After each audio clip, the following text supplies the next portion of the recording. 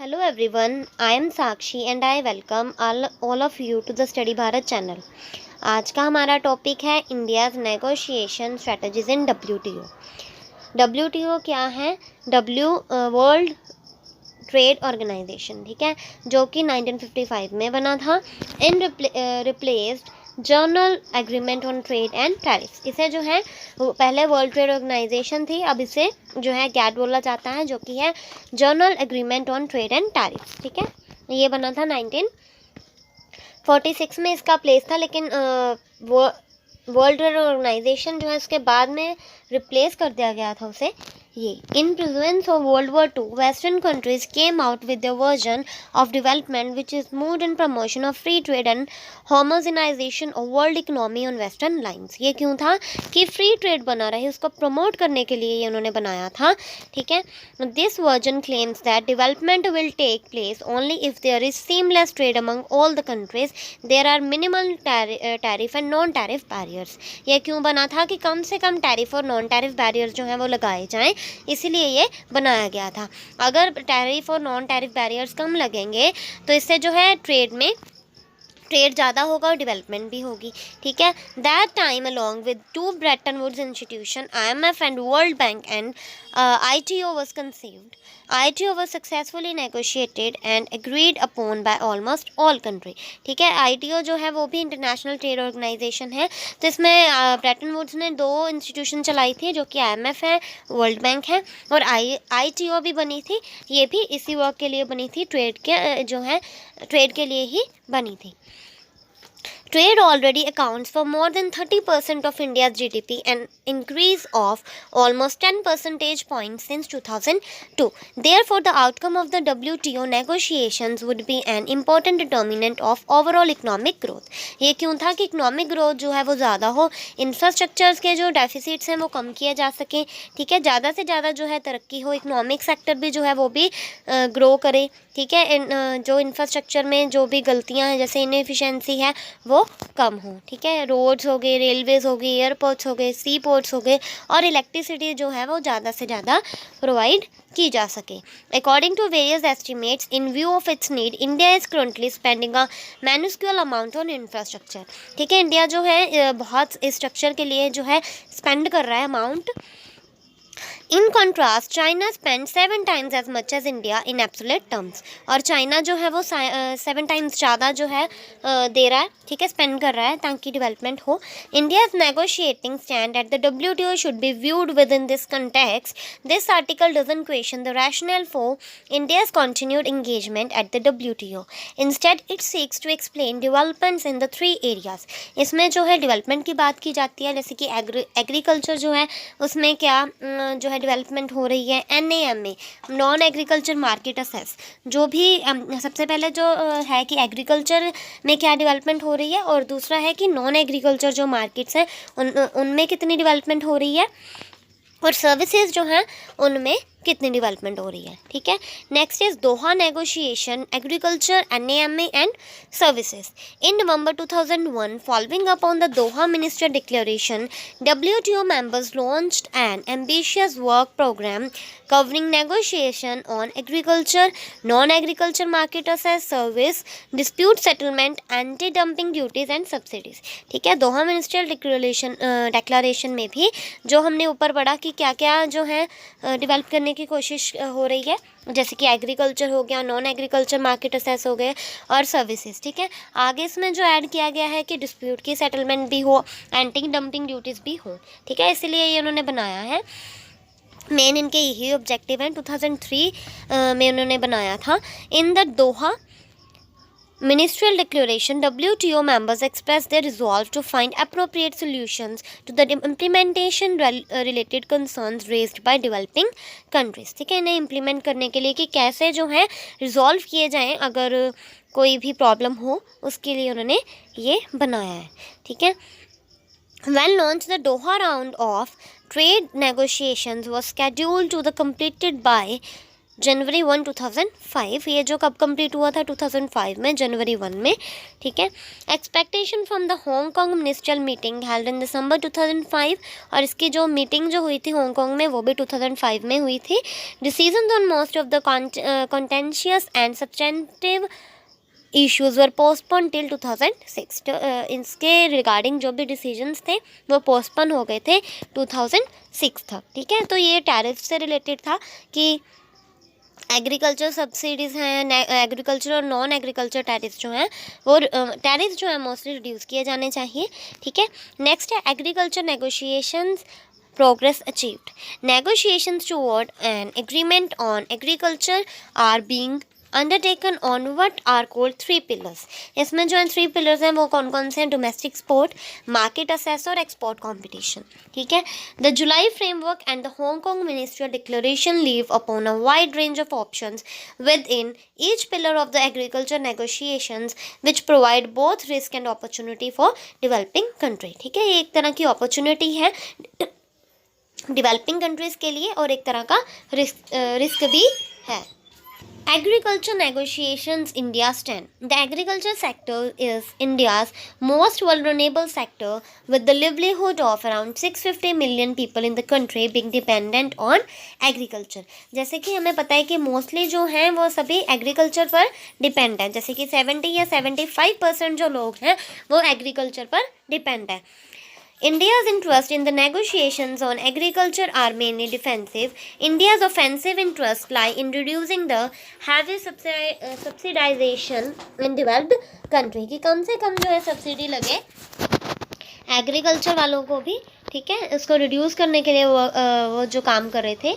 India's interest in agriculture have been dictated by the need to safeguard million of small farmers, ताकि ये जो farmers हैं उनकी स्थिति भी जो है वो सही हो सके। As part of G33, India has strongly spotted the need for developing countries to have a special safeguard mechanism to allow impose additional tariffs when faced with cheap imports or when there is surge in imports. However, developed countries and some developing countries have sought to impose extremely restrictive requirement for invoking SSM, ठीक है, which would render this instrument ineffective.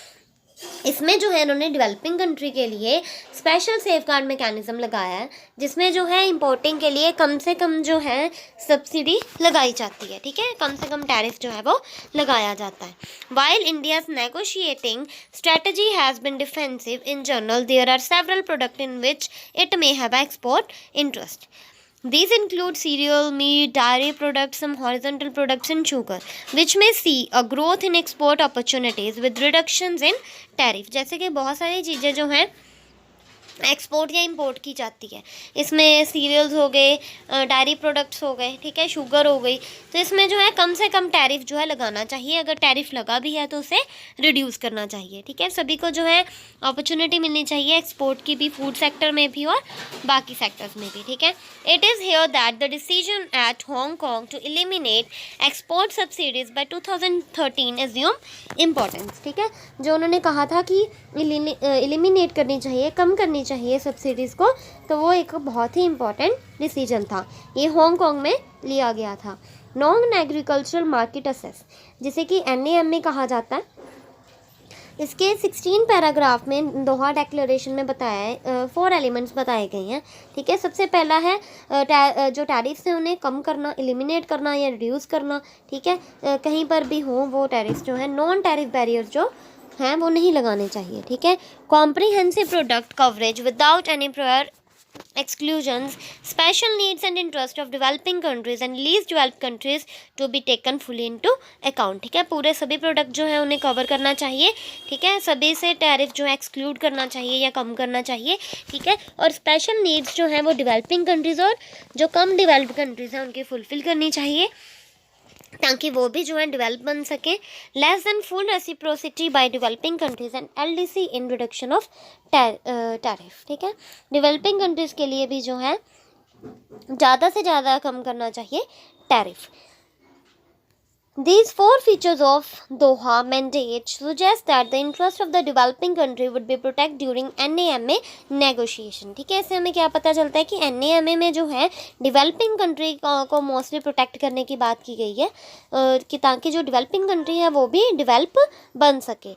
However, subsequent developments do not indicate that the negotiations are proceeding in a direction that would address the main concern of developing countries like India. ठीक है, इसमें जो development की बात की हुई है, main concern जो है इसका, जैसे इंडिया भी एक डेवलपिंग कंट्री है उसके लिए भी है. ठीक है, NAMA negotiations India stand.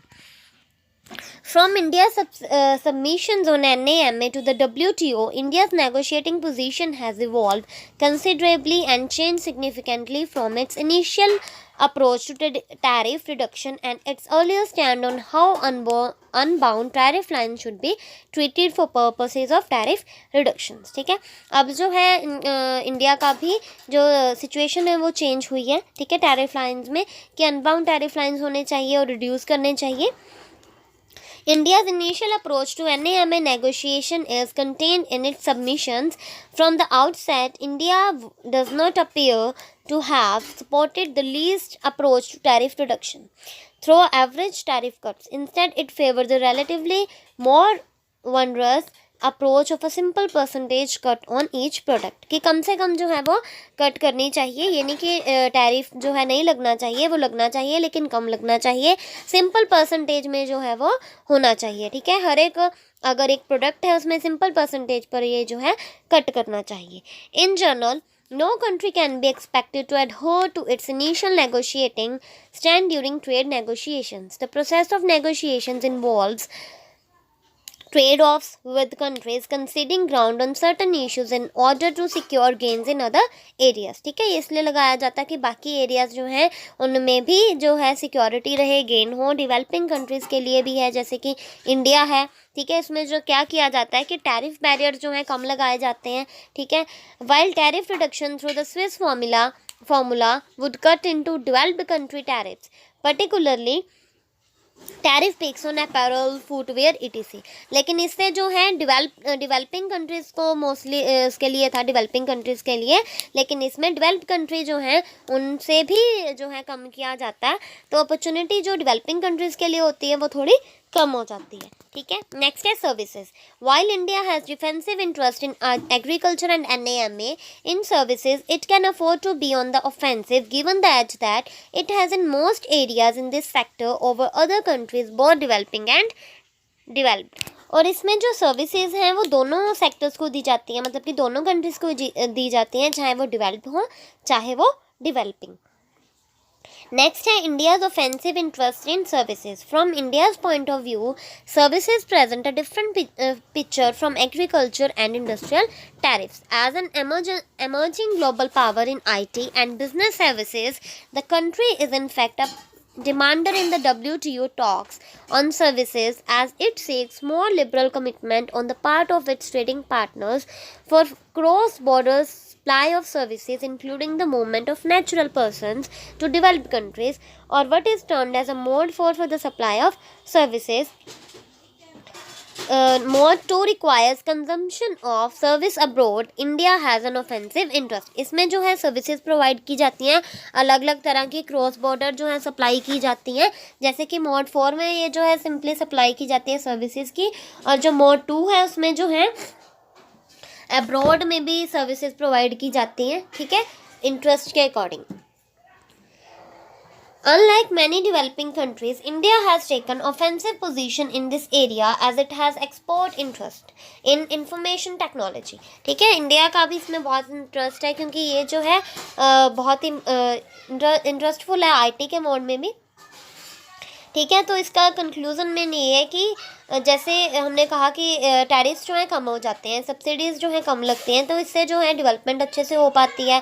लेकिन मेन ये जो है दोनों के लिए है, डेवलपर और डेवलपिंग कंट्रीज़ के लिए भी है. तो मोस्टली इन्होंने ये जो है डेवलप्ड कंट्रीज़ के लिए बनाई थी कि उनकी डेवलपमेंट हो सके. ठीक है, सो आज हमने इसके बारे में जाना, टैरिफ बैरियर्स के बारे में भी जाना और NAMA के बारे में भी जाना, और जो अलग अलग स्ट्रैटेजीज हैं WTO की उसके बारे में भी जाना. So hope you like this channel. जय हिंद, जय भारत.